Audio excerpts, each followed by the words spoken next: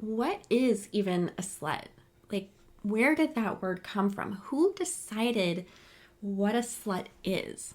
And who determined what number suddenly qualifies you to carry that badge of honor that you're a slut?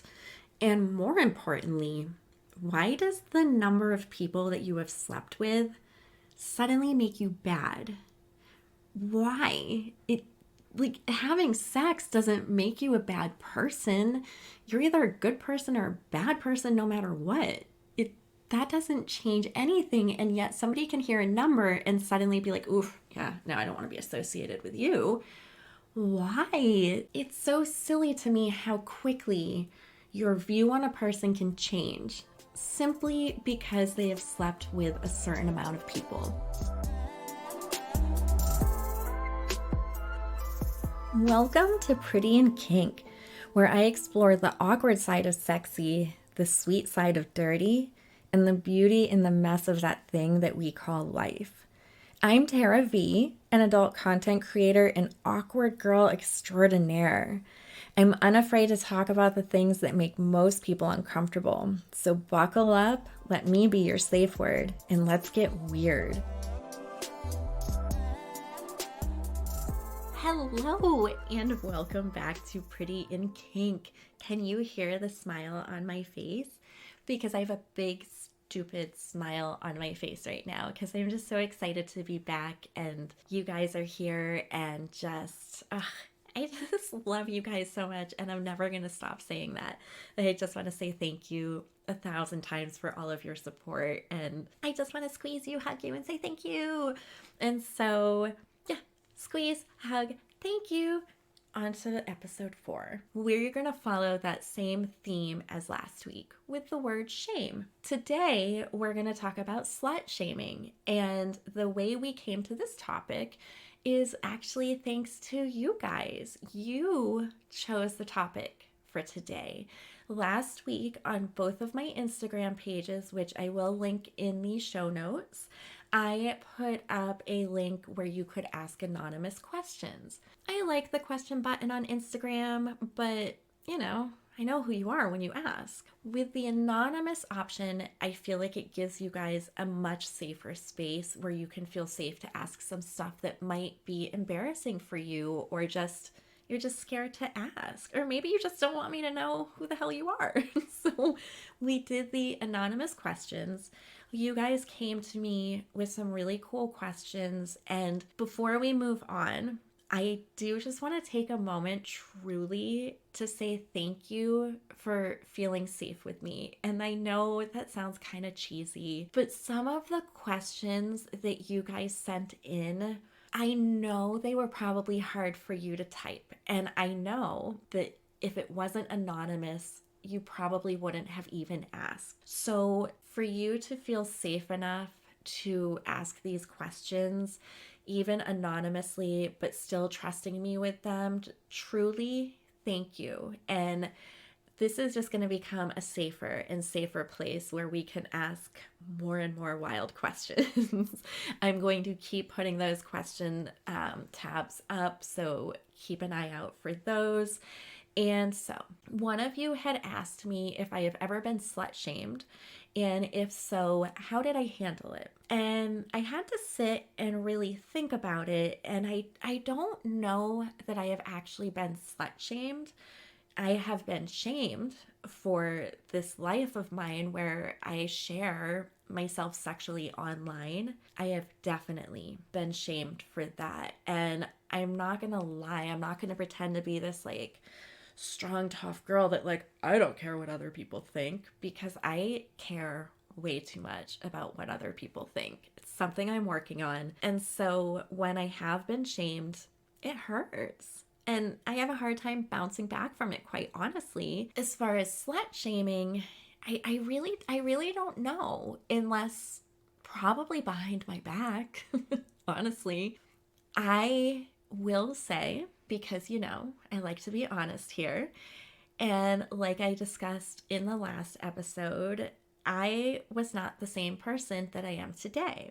I've evolved, and back in the day, little Miss Tera Vee was also a little Miss Judgy McJudgerson, and I probably slut shamed, which sucks to say out loud.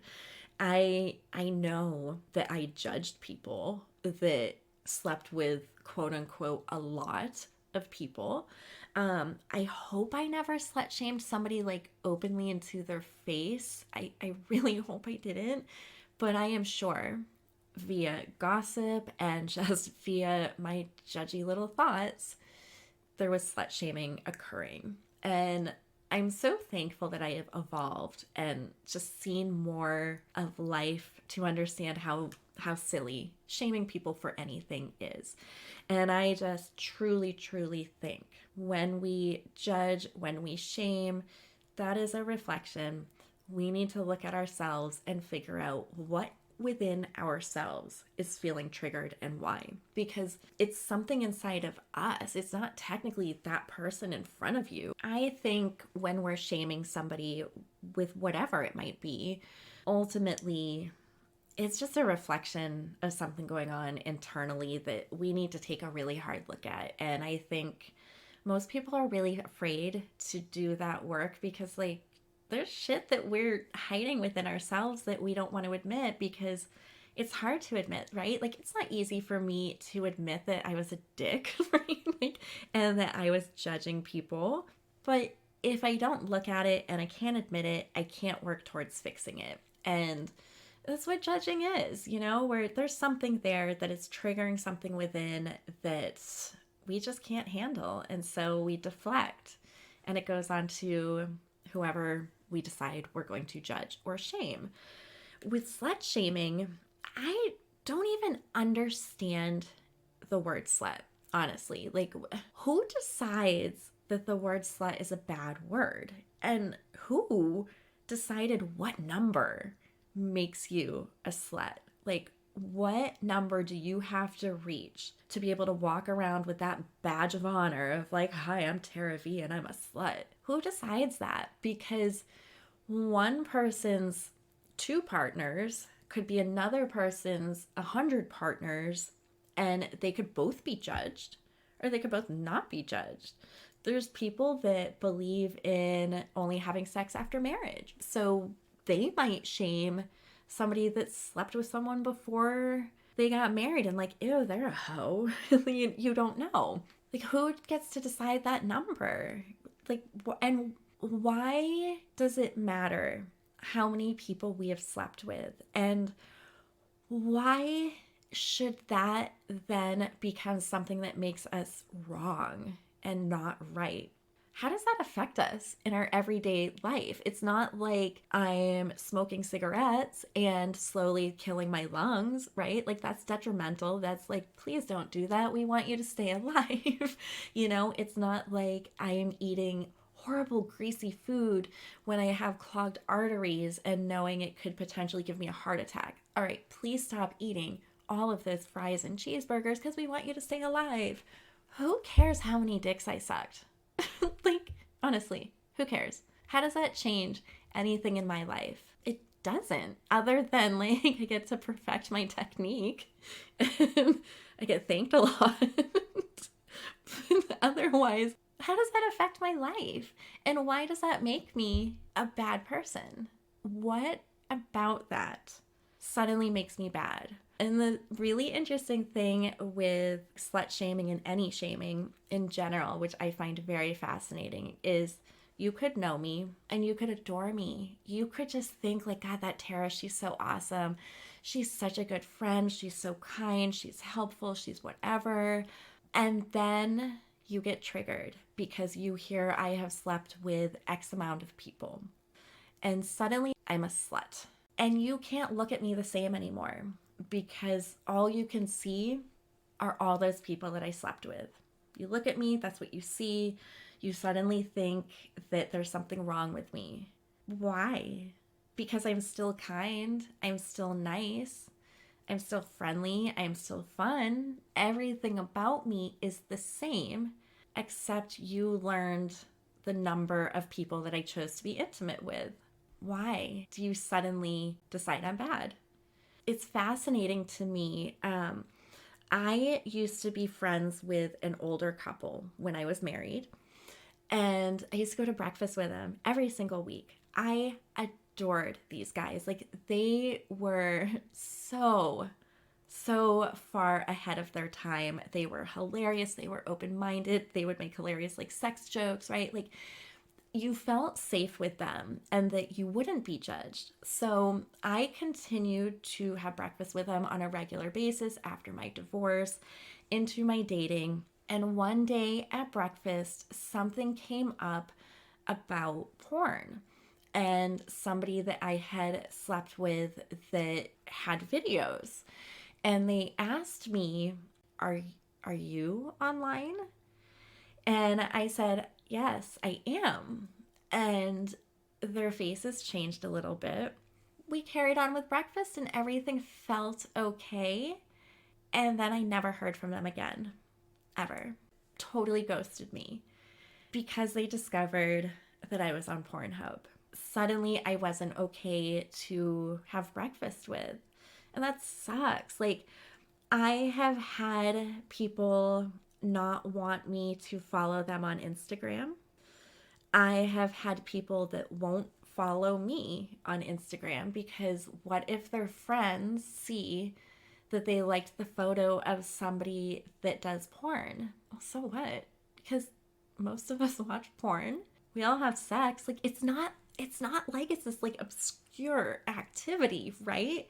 It makes it different that I'm online, but why is that bad?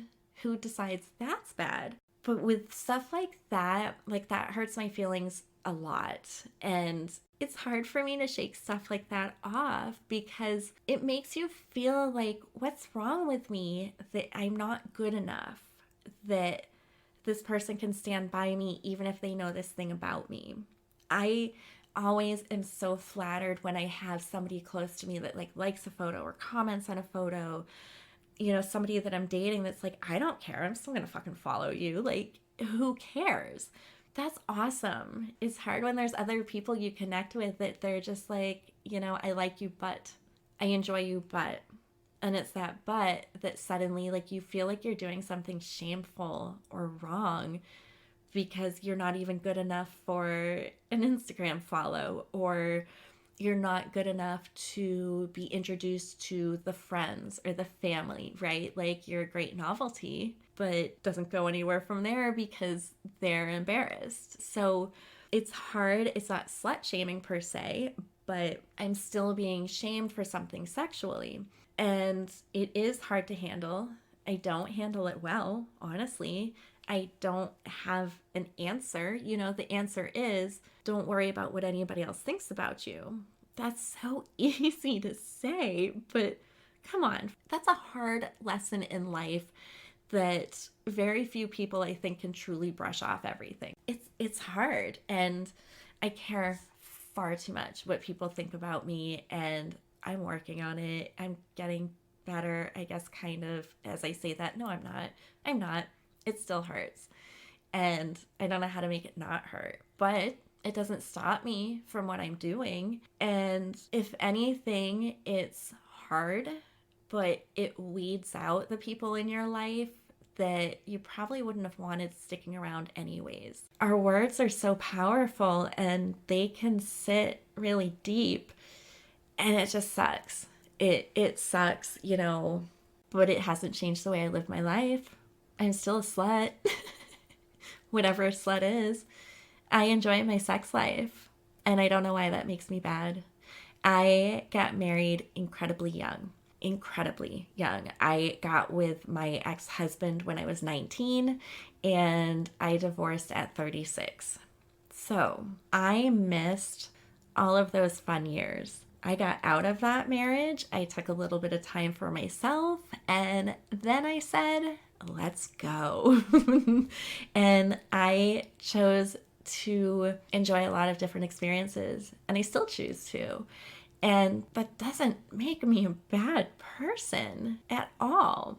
I enjoy sex. I enjoy my body. I enjoy other people's bodies. And no matter how many people I choose to have sex with, that has nothing to do with my actual character.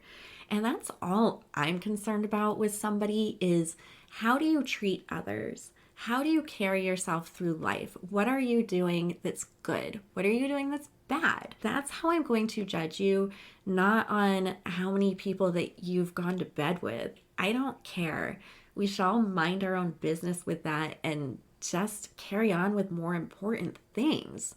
People can shame me all they want. And like I said, I'm not going to pretend to be a tough girl. It does hurt me, and I'm not going to pretend otherwise. But I'm going to keep going, and I'm not going to stop what I'm doing. I might falter for a minute, then I'm going to carry on. Because at the end of the day, when I go to bed, I know who I am. I know what my character is, and I know what my heart is. And it has nothing to do with where my little vagina has been at all.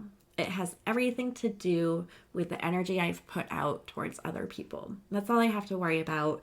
That's all other people should be worrying about. And hopefully, eventually, we will get to a place where things just don't have to be so shameful, and this crazy, normal, natural thing we all do called sex can actually be discussed openly.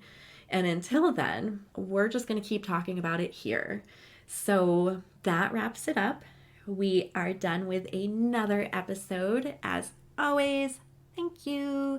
I hope you have enjoyed, and I always want you guys to know, come to me in my DMs. If you have any questions, anything you want to talk about or share, I will always be there. And if you really enjoy yourself and you want to make me feel good about myself, throw a little validation my way and give me a review on Apple Podcasts. And I will love you so very much. In the meantime, until we get to our next episode, you know what's coming, bloopers. So enjoy those. I hate to disappoint. Little Miss Becky the cat is on vacation right now, so she has not contributed to the recording of episode 4. So you will miss out on her. But you know your girl still fucked up a lot. So enjoy. And I will see you guys next time. I thought it would be smart because I have dry mouth because I'm on a shit ton of antidepressants and it like really dries my mouth out. And so I was like, I'm going to try these mints. Oh my God, it's so bad. I don't know if you've ever heard of Flint's mints. They help with cotton mouth, and there's like this, little unsaid thing that it helps make things moister, when you're doing things with your mouth. But like I'm like drowning in my spit now and my tongue is tingly, and this was not my best idea because now my mouth is just like filling with saliva. And so now you don't get cotton mouth sound. Just get me swallowing that. Stop. This was such a bad idea. Oh my God. However, if you do get cotton mouth, Flint mints is the way to go. But oh. Okay, stop it. Get your shit together. Shush. Oh my God. Get my fucking shit together. I had what? What did I have? Not my shit together. That's for fucking sure. I don't know what I need. Oh my God. This is so much more complicated than it. Okay. Just get your fucking shit. What is wrong with me? Okay. Here I go. Okay. I want to have an orgasm with something other than my toys. Like, so mind your own business. Like, all of that rambling. My phone isn't supposed to ding right now. Thanks for nothing, do not disturb.